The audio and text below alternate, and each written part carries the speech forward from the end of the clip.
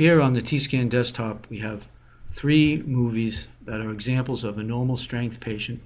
You can see them in the active scans window, which is to the left of the data set, the 2D and 3D windows.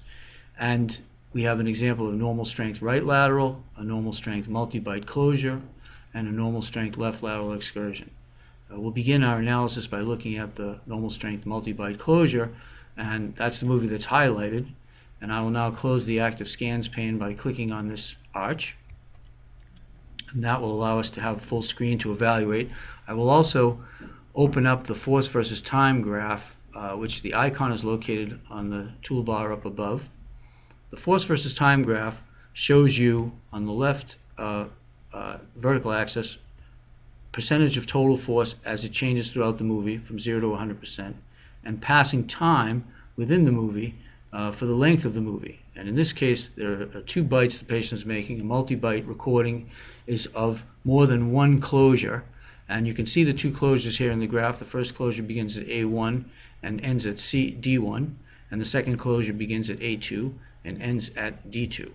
And the graph, force versus time graph, its importance is that it shows you the quality of the recording made and the patient's capability to make the mandibular movement that was attempted to be recorded. So this patient has normal strength capability. He's not a dysfunctional patient, and he illustrates the nature of a good closure and a good multi-bite recording. So the features that we analyze are the black line in the graph is the total force curve, and this curve shows you the patient beginning to close, rapidly closing and rising in strength, and then holding his teeth together. And then he kind of lets go of his bite at C1. It's not a total let go where he would open, but he loses some strength and he holds his teeth together until he opens here and makes complete opening at D. And the second curve, you see the same features. The black line rises more consistently to total force, and then he holds his teeth together for a long period of time, and then he opens. This curve, the second curve, is more representative of an ideal curve because the patient did not let go. The first curve, most of it is actually ideal. But if you ever are trying to determine which curve is the best one to evaluate, it would be the curve that has the most total force. And a simple way to determine the most total force that was recorded is to use the mouse, go to the View menu, and choose Maximum Bite Force. And that will move the T-Scan time cursor, which is this gray vertical line, to the point of the most force generated in the recording, and that curve would be the one which would give you the most data to evaluate. So if we look at the second curve, in order to evaluate it, we would begin at A2, because A is the beginning of the closure, and in order to get there simply, you can mouse there, you can take your mouse and click next to A2, or you can use the keyboard and click A, and then I'll click the second A. You'll see it'll take me to A1, which is here, and if I click A again, it'll take me to A2. And that also applies to each of the vertical lines. The B line, which represents the end of closure and the beginning of static intercuspation, can be reached by pushing B on the keyboard, and repetitively pushing B will take you to the different ones, and the same applies to C, and the same applies to D. So we want to see A2, so that's the best closure. So I'm now at A2, and in the early part of the movie you see the lowest forces and the earliest contacts on teeth numbers 11 and 12 and tooth number 6. So in order to evaluate the closure, the simplest way is to play the playback button until you see changes in force that start to rise in the 3D pane, and then stop the playback. So to do that, I'll keep the mouse over the playback button, I'll hit play, and then as soon as I see something rise, I'll click the left mouse button again, and that will stop the movie. And from here, I can see a variety of contacts that have risen early on in the playback. So to see that detail, I'm going to use the back 1 frame at a time buttons, play the movie back to where there are only low forces, and begin playback from there using the 1 frame at a time forward button. Some of the things you can notice at this point in the movie is the center of force icon is on the left half of the arch, indicating that early in the movie the left side is taking more force than the right side. And you can see that here with the distribution of low force contact. There's many more contacts, low blue and black contacts on the left side of the arch than there are on the right side of the arch.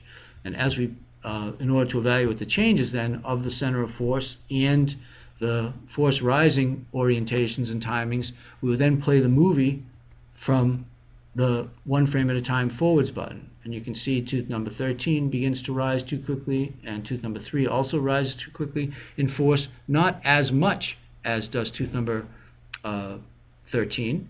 Then 15 rises, and so we have a sharp rising contact on the mesial of tooth number 15. And that reaches peak force at this moment in the movie. And the significance of that is when it reaches peak force relative to how much total force the patient has generated. And we can see that here. The total force line is rising, and the timeline crosses the total force line at 47.38% of total force, which means that there's a severe contact rising very rapidly, and the patient hasn't even gotten close to their full force capability. So this would be a very important contact to check in the patient's mouth to look for potential damage at the tooth surface, or wear, or mobility, or possibly cracks in enamel, or in a restoration. Then from this point, we would play forward further to see the rest of the changes. Now, what we see at this point in the 2D window is the center of force has moved left at this point in time. And an ideal center of force would move straight backwards and more towards the center. Here, you see it moving away from the center. What this means is that it's indicating the left side increases in force before the right side does. And as we play the movie forward from that point, then we see the right side advances in force later than the left side. And so the center of force turns back to the right. So this would be a left side early, right side late closure sequence. And an improved one would be where both sides added force equally and the center of force came down the middle like the mouse is coming down the middle.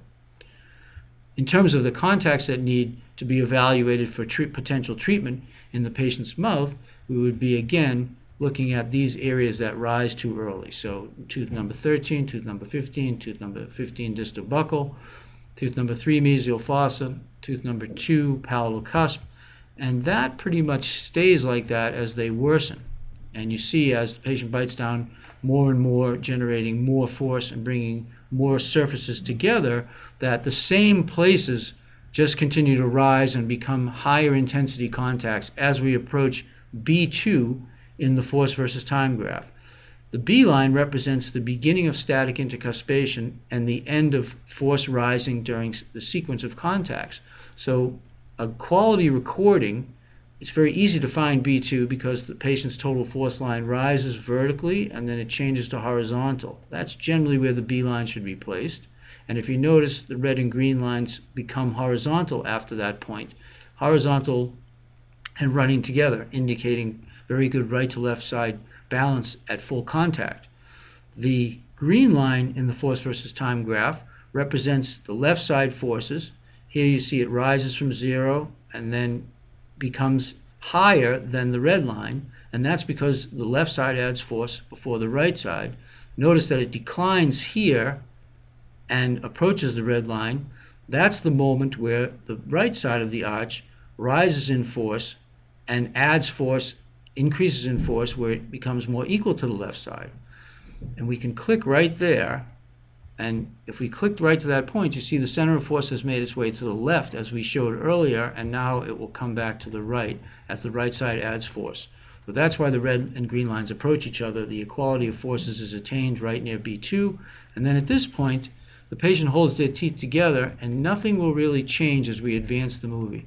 Things become static. And the importance of this period in the movie is that it ensures that the patient has fully intercuspated and held their teeth together. And as a clinician, you want to exaggerate to the patient the importance of holding their teeth together. You want to use terms like do not let go of your teeth, keep biting firmly, don't open. And those are things that you coach the patient with that allow you to generate this shape. And this is the shape of a quality recording. So again, the force rises, becomes static, and maintains horizontal nature.